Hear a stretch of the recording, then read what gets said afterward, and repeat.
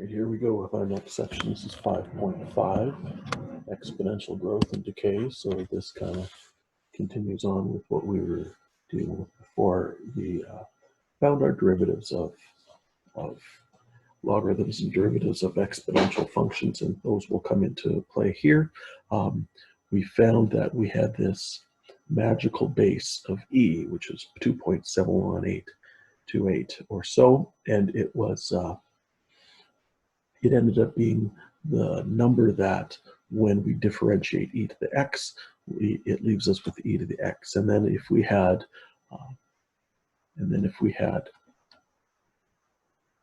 a function as your exponent, e to the f of x, it just ended up being e to the x times the derivative of f of x. It ended up being quite a bit simpler than it was to work in a different base. And that's going to kind of flow through to what we're going to do in this section also. We've seen this before, our general form for an exponential. If our final amount is y, our initial amount is the multiplier that you have in front.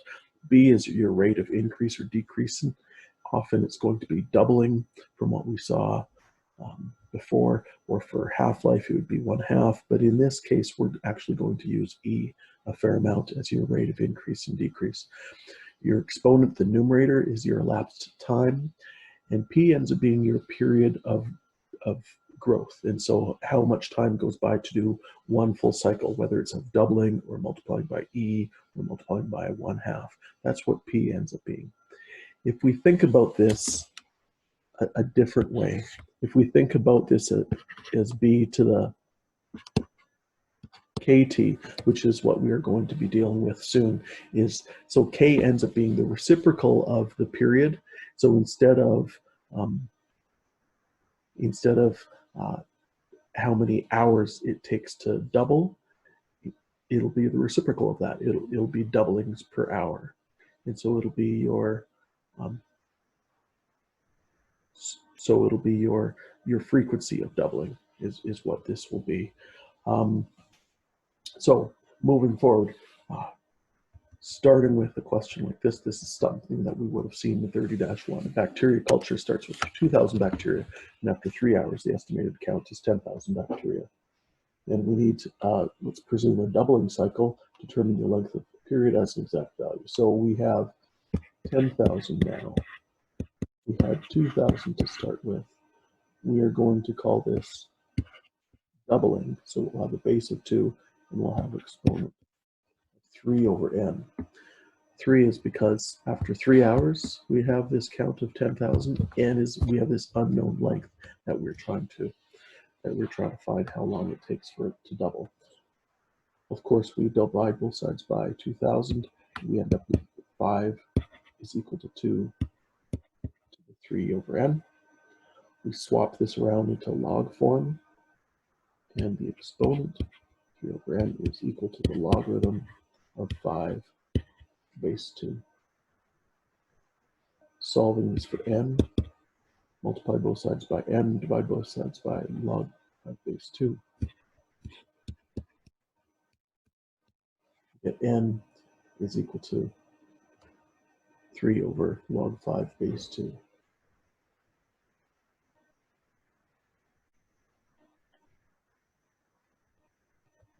Okay, so for part B, we're going to use that n in our formula, and we'll say, therefore, y is equal to 2,000 times 2. So this would be to the t over n, but n is going to be 3 over log 5 base 2. Let's use the reciprocal of that, times t. There's our function that it would determine how many bacteria after t hours. Y when t is 2, y at 2 ends up being 2,000 times 2 logarithm of 5 base 2 thirds times 2. Pushing that all into your scientific calculator ends up being a task in itself, but regardless, make sure that you're able to get to 5848. bacteria.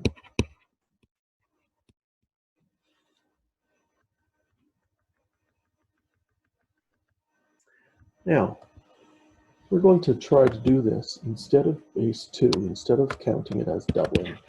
We still end up with 10,000 bacteria after 3 hours. We still started with 2,000 bacteria.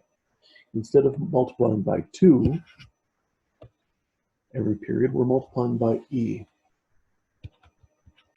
So nothing has really changed except that we're just looking at a different number, E, as is for how this bacteria is grown. But what's going to happen is we're going to be dealing with simpler differentiation, simpler numbers to work with in your calculator. As you probably experienced in that last question, that whole thing with log 5 base 2 is kind of difficult to deal with in some scientific calculators, and it can be rather clunky anyway. So if we take both sides, divide this by 2,000 again, and then the next step, so just kind of like before, solving it for, so 3 over n is equal to natural log of 5. So we multiply both sides by n, divide both sides by log 5, n is equal to 3 log 5. Therefore, y is equal to 2,000 e 5/3 times t.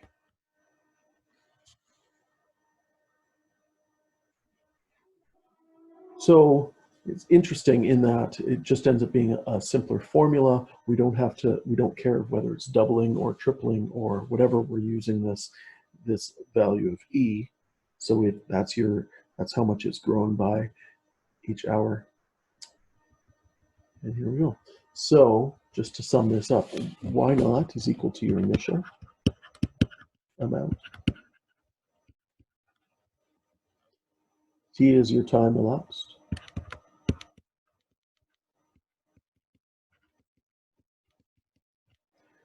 K ends up being kind of tricky to get your head around exactly what it means, but it's your frequency of growth. Frequency of growth constant. So it's just measuring how quickly it's growing. If K is greater than 0, the model is growth. It's a growth model. And if it's less than 0, then it is a decay, which makes sense as an exponent. If it's negative, what's going to happen with that? If we need to determine our rate of growth after 4 hours, this is our instantaneous growth rate at t is 4. So therefore, if we have y is equal to, we said 2,000 e to the ln 5/3 t. Keep in mind that ln 5/3 is just a constant. It would be just like e to the 2x. So therefore, y prime is equal to 2,000 e ln 5/3 t times the derivative of that exponent. The derivative of that exponent is just ln 5/3. If I take y prime at 4 hours, then we have 2,000 times e ln 5/3 times 4, and then multiplying that ln 5/3.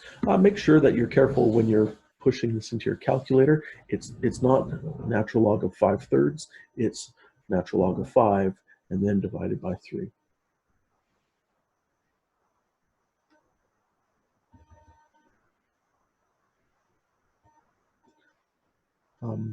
Sorry, let's finish that one off. And so push that into your calculator, and you should get 9174. Our units would be bacteria per hour. It's a rate of growth. Make sure you take a moment and see that you can crunch that out in your calculator. Number 2. Bacteria culture has 100 cells after 20 minutes, 600 cells after 1 hour. Determine equation that represents this situation, then determine your initial amount of cells. So we don't know how many cells we started with. You put some cells in the dish. You remember to, after 20 minutes, you remember to do a count of this. And then after an hour, you do another count of this. So we get our equation that represents this. We start with y is equal to y naught e to the kt. What do we know to start with?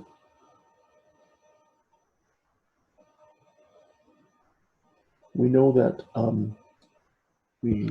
after an hour we have 600, and after 20 minutes we have 200. So let's count that as our initial. It's just a constant. K we don't know yet, but T is how much time has elapsed. And if our initial was 100, so you could just take that as your starting time, and then it grows to 600 after how much time? 2/3 of an hour, right? 40 minutes has gone by, so it's grown from 100 to 600 in 2/3 of an hour. So 6 is equal to e to the 2/3 k. Ln 6 is equal to 2/3 k.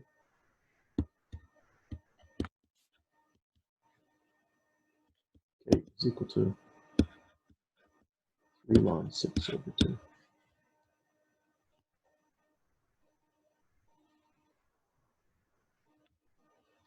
So therefore, y is equal to y naught e to the 3 ln 6 over 2 times t, all in the exponent. Now we have to figure out how much our initial was. After 1 hour, we know we have 600. So let y be 600. Y naught e to the 3 ln 6 over 2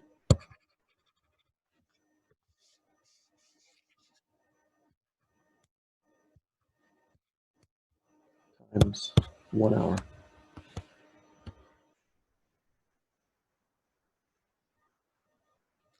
We end up with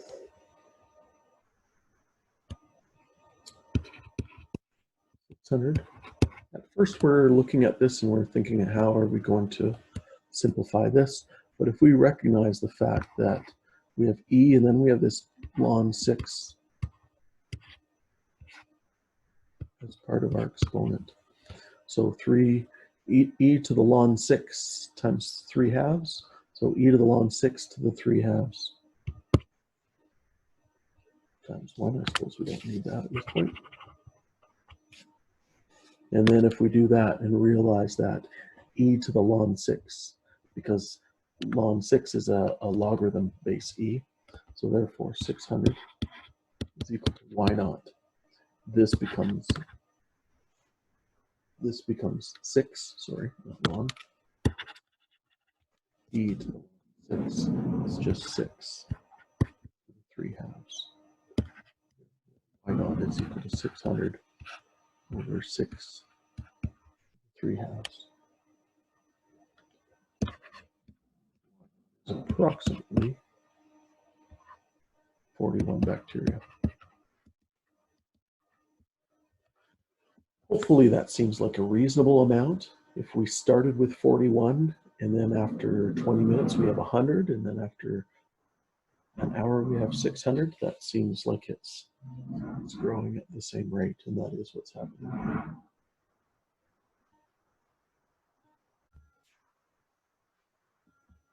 Okay, so more. Next page. So this one, well, this is going to draw on some stuff that we saw in 30-1 a little bit, this whole idea of interest. So you have compound interest. You have $10,000 that's invested at an interest rate of 10% per annum meaning per year. Find the amount of this investment at the end of 4 years. If the interest is compounded A, annually, B, quarterly, and C, continuously. Okay, so for A and B, this just ends up kind of being what we did in 30-1, is we need to remember that your amount is equal to your principal, 1 plus that rate divided by the number of compoundings per year. And then that number of compoundings per year times time. So N is your number of compoundings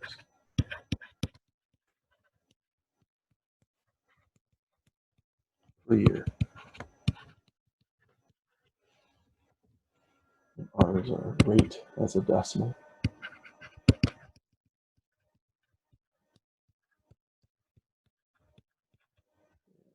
Your principal.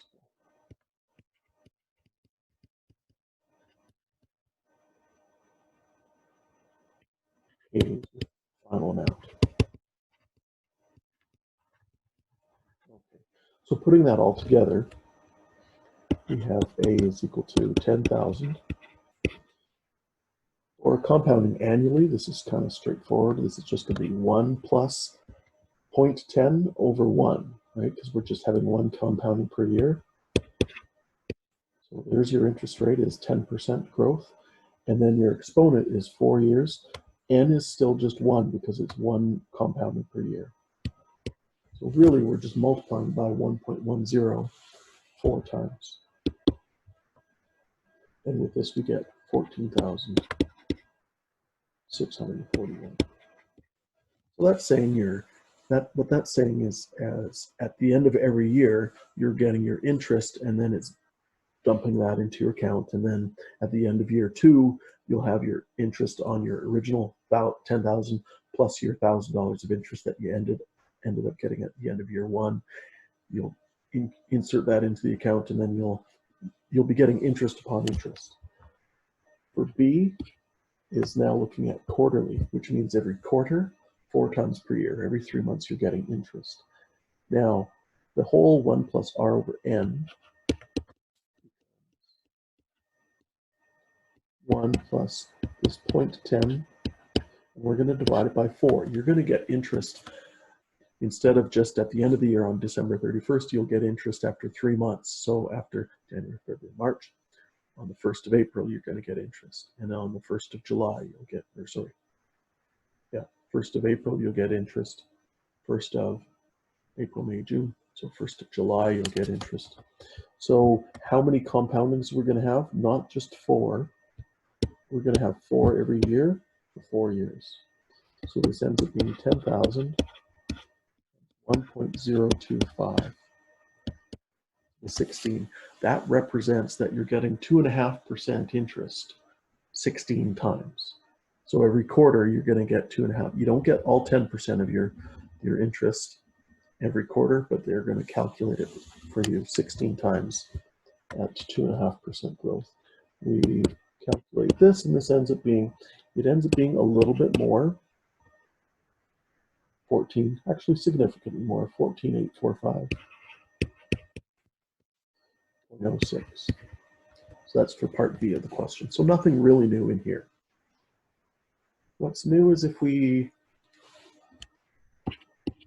calculate interest, not just every quarter, not just every month, or even every day. And we could do that. We could divide your rate by 365 and multiply your 4 years times 365 days per year.